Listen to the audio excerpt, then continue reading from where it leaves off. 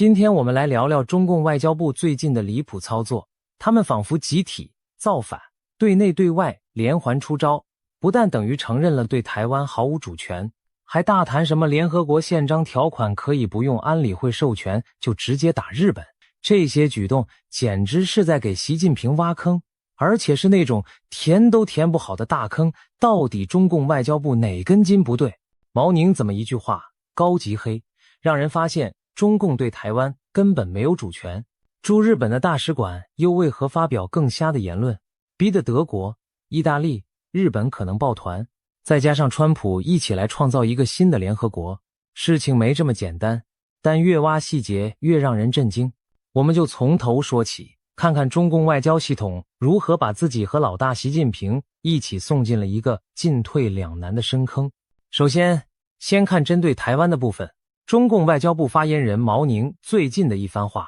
被形容是高级黑漆，表面挺中共，实际上狠狠地打了自己的脸。事情发生在2025年7月初，当时美国国会推动一项法案，要求美国政府协助支持台湾加入一些国际组织，例如国际货币基金组织 IMF， 让台湾能参与国际经济合作。美国会这么做，是因为台湾一直被中共打压，无法以主权国家身份加入联合国体系下的组织。但美国认为台湾有自己的经济和货币体系，在国际金融上应该有发声权。消息传出后，北京当然暴跳如雷。在北京例行记者会上，有记者问了毛宁对此的看法，毛宁当场恶狠狠地重申了中共的一贯立场：世界上只有一个中国，台湾是中国领土不可分割的一部分，中华人民共和国政府是代表全中国的唯一合法政府，台湾没有任何根据、理由或权利参加联合国及其他只有主权国家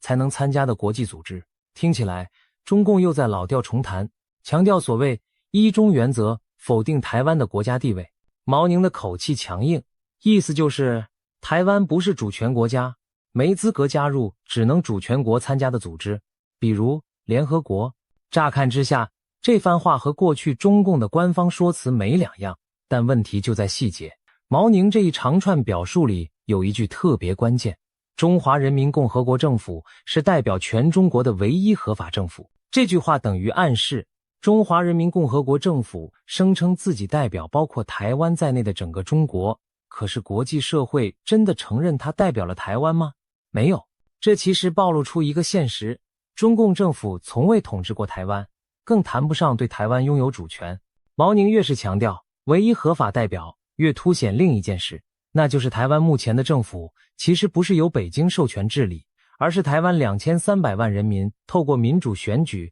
产生的自己政府。中共口口声声说台湾没有主权，然而台湾的政治权利是人民一人一票选出，倒是中共自己在中国大陆从未经过人民授权就高喊代表全中国。从民主文明的价值来看，谁更有正当性不言而喻。毛宁的一席话原意是要贬低台湾，结果反而提醒世人，中共政权不管怎么吹嘘，也无法改变台湾不属于他的客观事实。更妙的是，毛宁这番谈话引用了联合国相关决议，试图在法律上堵死台湾参与空间。他提到1971年联大通过的第2758号决议，宣称该决议从政治上、法律上和程序上彻底解决了包括台湾在内的全中国在联合国的代表权问题。但事实是什么？那项决议确实承认了中华人民共和国政府取代中华民国政府在联合国取得中国席位，但是决议的措辞只提到恢复中华人民共和国的一切权利，并没有直接提到台湾是 PRC 的一部分。中共自行解读成包括台湾在内，其实是擅自扩张决议涵盖范围。毛宁这样说反而让人追问，如果决议真包括台湾在内，为何当年台湾代表中华民国政府被驱逐出联合国后，台湾人民并未臣服于北京，而是依然以台湾的名义存在于国际社会？可见2758号决议并未授权北京在台湾行使主权。毛宁硬拗决议内容等于此地无银300两，自曝其短。有人形容毛宁这波操作是高级黑，也就是看似在替自己人说话，实则阴阳怪气的把自家漏洞亮给全世界看。他想强调台湾不是国家，却让更多人意识到中共所谓的台湾是中国一部分，纯属自说自话。台湾既未受其统治，也非其代表。连台湾外交部都立即回应强调，台湾是主权独立的国家，与中华人民共和国互不隶属。这不但是台海的客观现状，也是国际社会普遍承认的事实。换句话说，两岸目前是一边一国，谁也不隶属谁。中共可以不承认这点，但它改变不了现实。毛宁越是否定台湾的参与权利，越显示出中共在国际法理上对台湾的主权主张是多么空洞无力。讲完台湾，再来看最近中共外交部在日本问题上挖得更大一个坑。事情从日本首相的一番表态开始。今年11月上旬，日本新任首相高市早苗在国会明确表示，如果台湾遭到中国武力侵略，日本也将陷入存亡危机。意思是，一旦台海有事，日本视同自身安全受威胁，可以行使集体自卫权参战。这话其实并不令人意外，毕竟日本跟美国是安保同盟，驻日美军很可能在台海冲突中扮演关键角色，日本当然不能置身事外。而且台湾离日本很近，如果台湾被攻下，日本的海上航线、琉球群岛安全都会受影响。所以日本早就有台湾有事等于日本有事的说法。高市早苗只不过是第一位公开在正式场合讲出这层意思的日本政府领导人。然而，这番表态在北京眼中是踩了红线。中共一向恐吓别国，不准干涉台湾问题。如今，日本首相等于明确宣告会武力介入，这让北京大为恼火。接下来的几周里，我们看到中共对日本发动了一场前所未见的外交围攻，层层升级，对抗姿态，最后甚至闹到了联合国去。一开始，北京先从经济和民间交流下手。11月中旬，中国文化和旅游部发布旅游警告，要求中国公民近期暂勿前往日本旅游。这一招其实是惩罚日本的观光业，因为中国游客往年是日本观光收入的大头。紧接着，北京又找借口在贸易上制裁，他们以福岛核废水排海导致放射线风险为由，宣布从11月19日起暂停进口日本的水产品。这两下又是警告日本，又是煽动民族情绪，让中国民众对日本反感升温。与此同时，中共各个部门和官员纷纷对日本口诛笔伐。据观察，短短几天内至少有10多个中国部委、官员和大使跳出来，对日本发出措辞强硬的抨击。大家你一句我一句，仿佛在比谁的嗓门大，谁对日本更强硬。这种排山倒海的群殴，除了对外施压，也是对内表演。正如台湾有专家分析，这种齐声谴责主要是对党内表态，对外则营造一种我们团结一致、态度强硬的形象。习近平或党中央一声令下，各单位纷纷呼应，不管这些叫嚣对日本能不能造成实质压力，重点是要对内让习近平满意，对外显示中共上下团结，不惜一切强硬到底。这种氛围下，中共外交系统也全面开足马力。先是外交部长王毅亲自上阵发表谈话，火力全开地指责日本。王毅刚访问中亚回国，就在11月下旬受访时猛批高市早苗，说他讲了不该讲的话，踩了不该碰的红线。王毅本身曾任驻日大使，很懂日文，也深知日本政治，所以他的表态分量极重。他话里火药味十足，先是教育日本要深刻反省当年侵略殖民台湾的历史，深刻反省军国主义犯下的罪行，在台湾和历史问题上谨言慎行。接着语风一转，表示令人震惊，日本现任领导人竟公开发出想武力介入台湾的错误信号。王毅强调中国在主权和领土完整问题上绝不妥协，警告日方不要执迷不悟。他甚至放话，如果日本一意孤行，重蹈覆辙，那么所有主持正义的国家和人民都有权利对日本的历史罪行进行再清算，也有责任坚决防止日本军国主义死灰复燃。这一长段话听得出来，王毅已经不仅是外交抗议，而是把抗日战争的老账都翻出来了，隐隐威胁要算日本的旧账。王毅的强硬讲话被中国外交部在官网高调刊登，等于是北京对日本的最高层级公开警告。但中共还不止动口，他们直接把战场拉到了联合国。11月下旬，中国驻联合国代表团突然致函给联合国秘书长古特雷斯，针对日本首相高市早苗的言论，阐明中方立场。这封信件同时还发送给了联合国全体会员国，摆明要在国际场合批判日本。信中说了什么呢？根据透露内容，中国常驻联合国代表傅聪在信里声称，高市早苗的表态是日本战败以来首次有日本领导人在正式场合鼓吹继台湾有事，就是日本有事的，并联系集体自卫权，首次在台湾问题上流露武装，介入野心，首次对中国发出武力威胁，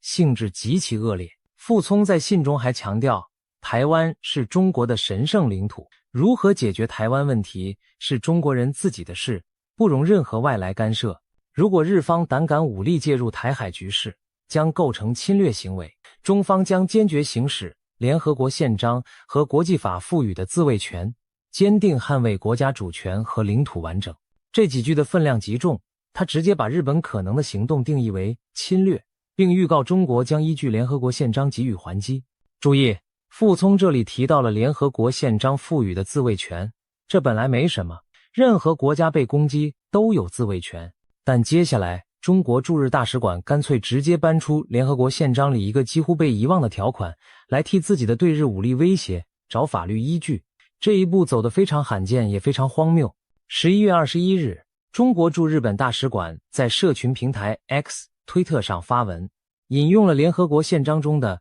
敌国条款。这条推文用中日双语写道，联合国宪章设有铅敌国条款，规定如果德国、意大利、日本等法西斯或军国主义国家再次采取侵略政策，中、法、苏、英、美等联合国创始国有权不经安理会许可，直接采取军事行动。看到这段话，许多人简直不敢相信自己的眼睛。中共外交官居然公然威胁，不经安理会允许就可以对日本动武，而且一口气点名德国、意大利和日本，把二战轴心国全扯了进来。好像这三国现在还是随时会侵略他人的敌国。要知道，这个所谓敌国条款是二战结束时联合国宪章第53条和第107条里的内容，当年是针对轴心国的特别规定。因为1945年联合国刚成立时，德、意、日作为战败国还不被完全信任，所以允许战胜国如中、美、英、苏、法在他们重启侵略时不经联合国授权就进行制止。然而那是将近80年前的冷战初期产物了。随着德国、意大利早就是联合国重要会员，日本也从1956年起成为联合国会员，敌国条款早已被视为时代错误。联合国在1995年和2005年2次通过决议，呼吁正式废除宪章中的敌国条款，只是因为修改宪章程序繁琐，条文文字仍留着，但实际上这些条款被各国视为无效，平常没有任何国家会认真拿它出来说事。可是现在，中国驻日使馆翻出这陈年条文，大张旗鼓地暗示，如果日本再搞军国主义侵略，我们中国作为联合国创始国，有权直接教训日本，不需要安理会批准。这番话把国际舆论都惊呆了。一些评论戏称，中共这是打算拿着80年前的法律武器给自己找开战借口，荒唐的令人哑口无言。更讽刺的是，中共引用敌国条款时提到的联合国创始国，包括中国、法国、苏联、英美，其中所说的中国指的是联合国成立时的中华民国政府，也就是今天台湾那边的中华民国，而中华人民共和国当时压根不在联合国里。换句话说，北京现在仗着联合国创始会员的权威来教训日本，但当年的中国席位是国民政府，并不是共产党政权。中共一边否定中华民国的国际法地位，一边又继承着中华民国当年的联合国战胜国身份和安理会常任理事国席位，这本身就是一种历史吊诡。如今他们还拿这层身份去威胁真正的民主国家，难怪许多人要讥讽，当年那个能打日本法西斯的中国早就退守台湾了，留在联合国的这个中国倒像极了他口中的法西斯。那中国驻日使馆的这则疯狂发言引起了什么反响呢？日本官方和民间反应都是愤怒加不屑。日本外务省立刻向中方提出严正抗议，斥责中国致函联合国和发布威胁言论，完全不能接受。日本政府重申了自身热爱和平的立场，强调日本自二战后秉持和平宪法，没有侵略他国的意图。日本民众和媒体更是在网络上群起挖苦中共的双重标准。有日本网友反问，如果中国真的爱和平，为什么要把导弹对准台湾？珍惜睦邻友好，别逗了，要是真爱和平，怎会整天威胁邻国？甚至有人直接喊话，如果中国珍惜睦邻，应该跟我们邻国中华民国友好相处。可见日本舆论已公然指出，台湾其实是日本的友好邻邦，中华人民共和国倒成了不请自来的恶邻。这对北京而言无疑是极大的外交挫败，不仅没吓住日本，反而让日本更强调与台湾站在一起。台湾方面对中共跑到联合国告状，祭出敌国条款威胁一事也非常愤怒。台湾外交部发表声明，严厉谴责中共的来函，直指其中内容蛮横无理，恶意扭曲史实，而且违反联合国宪章第2条第4项关于不得以武力威胁他国的规定。换言之，台湾点破了中共的矛盾，一边援引联合国宪章自称正义，一边公然违反宪章禁止武力威胁的精神。台湾外交部还特别提到，最近德国外长数次引用联合国宪章中的禁止使用武力原则，反对在台海动武。这里点名德国，是因为德国虽然曾是二战敌国，但如今是欧洲民主领袖之一。德国高层明确表态反对中共以武力犯台，其实正跟日本站在同一立场，而中共这边却满嘴战争威胁、民族仇恨，谁更遵守联合国原则，一目了然。到这里，中共外交部和驻外使节们可谓把该说的狠话都说尽了。他们原以为声势造得越大，越能震慑日本，顺便杀鸡儆猴，警告其他国家别学日本挺台湾。可是事情并没有朝着对中共有利的方向发展，反而朝着他们自己挖的深坑一路滑下。为什么说中共外交部这番操作是集体给习近平挖坑呢？因为他们把态度抬到如此高，话说得如此绝，最后却没有让日本退让半步，只会让自己进退失据，让习近平的领袖威信蒙上阴影。我们从几个层面来看这个大坑的形成。首先，在外交效果上，中共的叫嚣成分远高于实际伤害。他们煽动不去日本旅游，结果日本有分析指出，中国观光客少了，反而提高了日本旅游品质，对日本经济没有重大打击。禁止进口日本水产，日本早有其他市场，中国也无法持久封锁，否则自家食品加工业都缺料。换言之，北京这阵子对日动作声势吓人，实际影响有限。日本政府基本上不为所动，既不道歉，更不可能收回高市的发言。你中国再生气，也拿不出更实质的制裁手段。军事上就更不用说，中共总不至于真的为了口角就对日本动武，那等同于美日同盟开战，自寻死路。所以最后看来，中共这番出招对日本几乎没造成什么损失，自己倒是阵仗闹很大。这就是典型的杀敌1000，自伤800，甚至连800自伤都谈不上什么光荣，因为你根本没杀到敌，只是在自嗨。再从国际形象和联盟态势上看，中共外交部这波骚操作等于把更多国家推向了对立面。刚才提到，中共引敌国条款一次性得罪了德国、意大利和日本3国。要知道，这3国在二战时虽是轴心同盟，但如今全是民主阵营的中间。德国和日本更是 G7 集团成员，全球数1数2的经济强国。中共的言下之意，仿佛把他们描绘成今天仍可能侵略他国的威胁，这对这些国家是极大羞辱。德国近年来对中共的人权和扩张问题本就态度转硬，现在被中国大使馆点名成假想敌，德国舆论只会更加反感北京。意大利虽然过去一度加入中国的一带一路倡议，但如今一新政府正考虑退出一带一路，对中态度趋于谨慎。北京居然也把意大利列入敌国名单，无疑让意大利更倾向与欧美盟友站在一起，共同防范中国。日本就更不用说了，本来中日关系早因钓鱼台主权、东海争端和台海问题而紧张，如今北京公然把日本当假想敌，反而促使日本更大力度加强军备，并深化与美国、韩国、澳洲以及台湾的安全合作。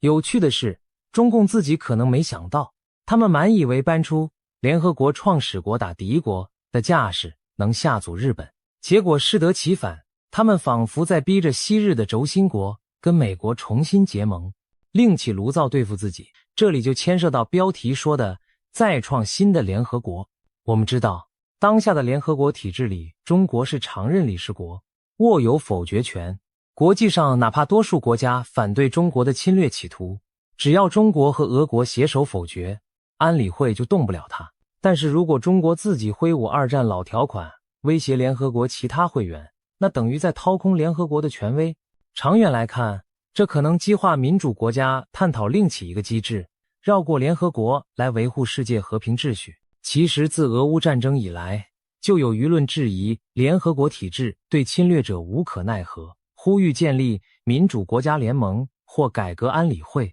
而2024年美国可能出现的变数，也就是川普可能重返白宫，也让许多国际人士担心联合国的未来走向。因为川普向来对联合国多边主义兴趣缺缺，更倾向单边形式。如果北京继续在联合国耍流氓条款，威胁开战，不排除美国在川普领导下会更加不信任联合国，转而拉拢一批志同道合的强国，另组新框架。想象一下，美、日、德、意等民主强国抱团，再加上英法加澳等，形成某种新联合国或民主同盟组织，把中国和俄罗斯这类威权国家晾在一边，这对中国来说将极其不利。北京总想分化美日欧，如今反而可能把他们推得更紧密。也许有人觉得外交辞令而已，中共呛完也就算了，哪有那么严重的后果？但别忘了，习近平当局近年来在国际上已经树敌颇多，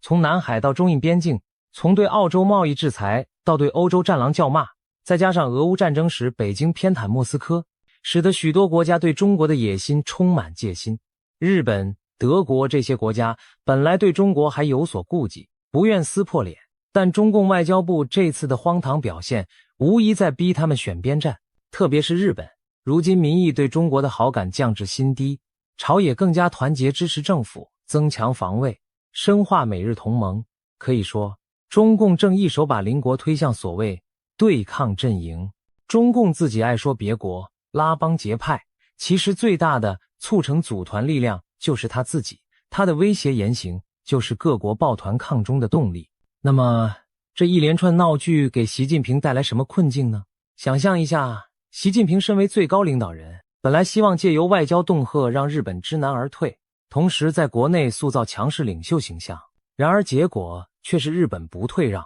国际嘲笑声四起。习近平的权威不但没彰显，反而因为下属的莽撞而难看。有人打趣说，这次外交部是造反集体给习挖了一个大坑，现在习近平站在坑边，上不去也下不来。为何这么说？因为话是习近平的人放出去的，现在日本不理会，中国总得想办法下台阶。可是要下台阶，就意味着气势上矮了一截，等于自己认输。但如果逞强不上台阶，继续交着，拖久了中国更是难堪。旅游禁令总不能长期不解除，水产禁令也撑不了太久，否则对中国自己不利，军事上更不能真的开战。所以习近平最终还是得收尾，只是收尾时不管怎样都有点灰头土脸，这对一向好大喜功在乎面子的习而言无疑是难以忍受的。而造成这局面的偏偏就是他一手提拔纵容的战狼外交官们。更深一层看，其实外交部这些举措未必真是要跟习近平对着干，反而可能是过度揣摩上意的结果。许多分析指出，中共的外交官和部门之所以纷纷抢着对日强硬喊话，是因为体制内人人都知道习近平对日本、对台湾的强硬基调，谁都不敢显得软弱，纷纷要当忠诚战狼。这就导致一种内卷式的极端表忠，你强我更强，生怕措辞不够狠就被认为不忠，结果谁都不敢首先示弱，最后就把姿态拉到几乎无法收场的高点。在外交上，这其实是很拙劣的做法。正常国家遇到争端，政府会留有回旋空间，以利日后谈判。但在习近平治下，中共体制内缺乏理性的声音，没人敢劝谏降温，反而一味升温，最后把自己的退路烧断。这就是为什么刘文斌等专家形容中共如今是把姿态拉到高级黑的地步，